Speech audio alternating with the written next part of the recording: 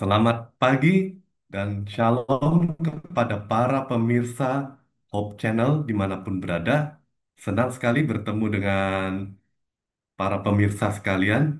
Dan untuk kesempatan ini saya akan membahas tentang vertigo.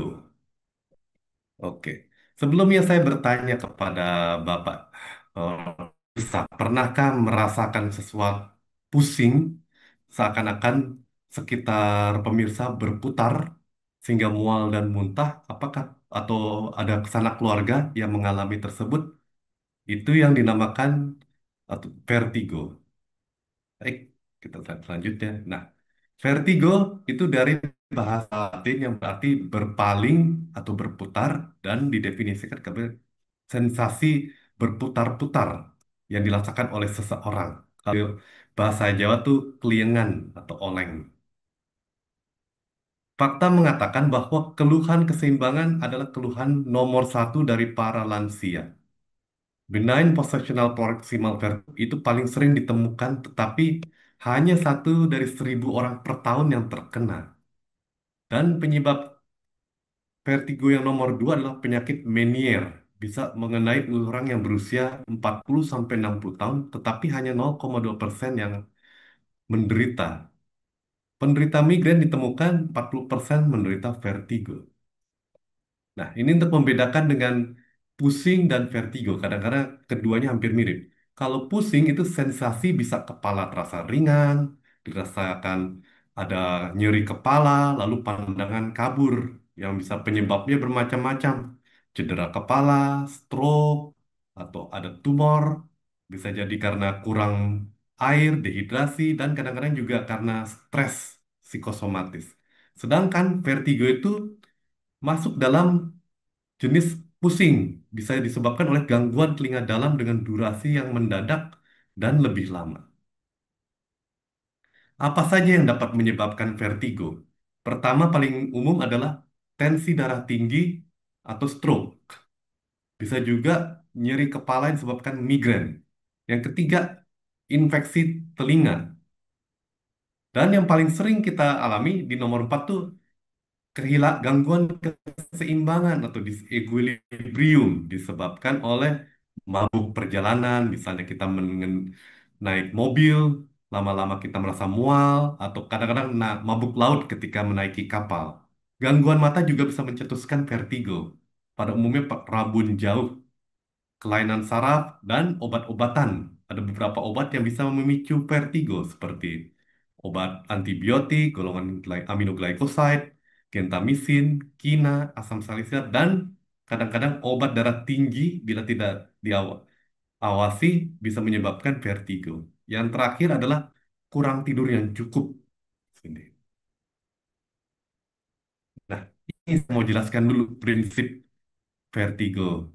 Jadi pertama-tama, menerima pandangan dari luar itu melalui mata kita yang akan memproses di otak. Kalau kepala kita bergerak ke arah kiri atau ke kanan, maka mata juga akan menyesuaikan. Tetapi kalau bila dilakukan terlalu cepat, maka tubuh, terutama bagian otak, tidak bisa mengikuti gerakan tersebut sehingga menyebabkan vertigo. Kalau kita masuk lebih ke dalam lagi, organ keseimbangan itu berada di bagian telinga, yaitu di dalam rumah siput. Oke, nah ini dia rumah siput itu. Di dalam rumah siput ada organ bernama kupula dan di dalamnya ada rambut-rambut. Dan rambut-rambut itu yang akan menentukan arah gerakan kepala kita sehingga bisa mengirimkan data kepada otak. Oh, saya bergerak ke kiri, saya bergerak ke kanan. Jadi kita bisa menyeimbangkan diri. Di situ pengatur keseimbangan tubuh kita. Dan di dalam kupula itu sendiri ada kristal yang dinamakan otokonia. Oke, oke. Mari kita lihat. Nah, seperti ini jadinya. Ini adalah salah satu teori di mana, sorry, salah satu teori vertigo. Nah, kristal otokonia yang di dalam itu akan mengikuti gerakan kepala kita. Kadang-kadang ada yang lepas sehingga masuk dalam rumah siput tersebut. Kemudian dia akan bergerak seperti yang Anda lihat di slide ini. Sehingga itu nanti akan menyebabkan vertigo bila tidak itu terjadi tiba-tiba. Ini salah satu teori paling umum ya. Oke, sekarang kita masuk ke dalam gejala vertigo. Apa saja sih gejala vertigo? Orang sering mengatakan pusing putar. Nah, pusing berputarnya itu di mana? Orangnya itu sendiri yang berputar atau sekelilingnya berputar. Dan bagi yang jeli, kadang-kadang melihat orang yang terkena vertigo tuh gerakan matanya suka tidak teratur, cepat. Dan beberapa kasus saat vertigo terjadi, terdengar bunyi mendenging yang kencang di dalam telinga. Sesudah itu diikuti dengan mual dan muntah, dan bisa jadi ada gangguan pendengaran. Oke. Ada banyak jenis vertigo, tapi saya hanya memberikan beberapa jenis saja. Ini vertigo berdasarkan lokasi. Vertigo perifer artinya di sekeliling para pemirsa lingkungannya itu. Biasanya terjadi dalam 20 menit. Kadang-kadang kehilangan keseimbangan ringan, tapi masih bisa berjalan meskipun pusing. Bisa diikuti dengan gejala mual, muntah, dan hilang pendengaran.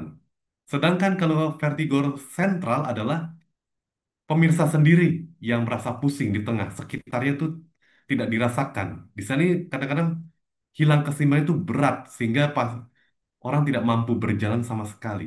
Tetapi mual dan muntah tuh jarang ditemui atau kadang-kadang.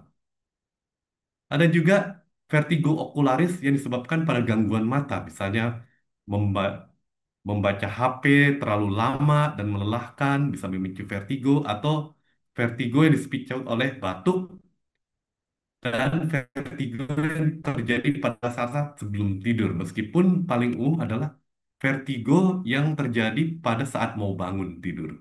Dan yang terakhir, vertigo epileptika biasa terjadi pada penderita yang mengalami ayan atau epilepsi yang terkena serangan. Inilah jenis-jenis vertigo. Oke, di sini ada hubungannya. Apa hubungan diet dengan vertigo?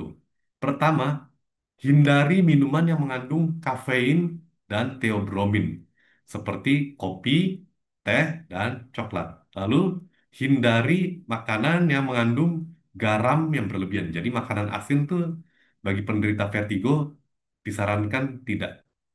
Juga hindari makanan yang mengandung minyak dan lemak berlebihan, terutama makanan proses, serta makanan yang mengandung gula berlebihan. Dan, oke, di sini yang terakhir bukan diet, tapi penyebab. Artinya di sini begadang semalaman. Jadi kalau kurang tidur tuh bisa lebih mungkin terjadi vertigo. Lalu apa yang harus dilakukan untuk menghindari atau mencegah vertigo? Pertama, minum air putih secukupnya. Lalu konsumsi makanan yang mengandung kalium, potasium, antioksidan. Paling banyak contohnya adalah pisang, lalu sawi, dan seledri. Juga makanan yang mengandung vitamin B, C, magnesium, dan zinc. Gitu. Bisa ada di kacang-kacangan, buah-buahan, dan sereal seperti nasi, beras merah, gitu. Tidur yang cukup dan olahraga teratur. Oke, ini ya untuk berita darah tinggi. Saya anjurkan bagaimana. Jadi, porsi paling banyak selalu diberikan kepada sayur-sayuran dan buah-buahan, setidaknya 4 sampai 5 kali sehari. Sedangkan kalau kacang-kacangan juga sama 4 sampai 5 kali sehari. Sedangkan yang daging dan yang mengandung gula sebagai kurang dari 5 sampai 6 kali sehari. Itu dia. Dan juga begitu juga susu paling dibolehkan 2 sampai 3 kali sehari. Terutama kalau pada garam, garam itu hanya dibolehkan setengah sendok teh saja. Nggak boleh 1 sendok teh atau 1 sendok makan. Ini cocok untuk mencegah vertigo juga. Baik, ini saya berikan tips bila mana para pemirsa mendapat serangan vertigo. Pertama-tama, bila mana pemirsa merasakan pusing seluruhnya kayak semuanya berputar, tarik tutup mata, tarik nafas dalam-dalam, lalu kalau pemirsa sedang berdiri, cari posisi yang memungkinkan Anda berbaring, tiduran. Kalau tidak, cari posisi untuk duduk. Kedua, ketika berbaring, pertahankan posisi tersebut sampai vertigo berkurang atau hilang. Tetapi bila mana Anda merasa mual atau mau muntah, minta orang-orang di sekitar Anda untuk menolong Anda ke toilet terdekat agar bisa. Oke. Saya hanya memberikan penanganan tanpa obat. Ini sebenarnya adalah manuver yang dilakukan oleh dokter THT dan beberapa dokter spesialis saraf untuk menangani vertigo tanpa obat. Pertama-tama harus mengetahui dulu ke arah sisi mana vertigo Anda bertambah berat, apakah ke kiri atau ke kanan. Nah, di sini untuk mengembalikan kristalnya, jadi ada tindakan yang dilakukan tiduran, lalu pelan-pelan arahkan, nanti dokter akan mengarahkan kepala ke kiri dengan ke kanan ke perlahan-lahan. Bila mana bertambah berat, dia usahakan untuk dikurangi gitu. Nah, ini yang saudara-saudara manuver yang saudara apa permisa lakukan, Brand Daroff manuver. Jadi duduk, Anda kemudian Anda tidur sementara kepala diarahkan ke arah yang berlawanan, lalu duduk lagi dan kali ini tidur ke sisi yang berlawanan. Lihat. Nah, ini juga salah satu yang bisa saudara-saudara lakukan. Pertama-tama duduk dulu, tenangkan, tidur, lalu miringkan kepala kiri ke kanan, sudah miringkan badan setelah mengetahui sisi mana yang bertambah berat dengan vertigo. Bila sesudah itu lebih menyaman pada sisi yang tidak mengalami vertigo, pelan-pelan bangun, duduk. Oke. Sebagai ringkasan, vertigo itu bukan penyakit, tapi adalah gejala. Bisa aja menandakan adanya penyakit yang lebih serius. Faktor pemicu vertigo bisa terjadi tensi darah tinggi, infeksi telinga, serta tidur tidak teratur.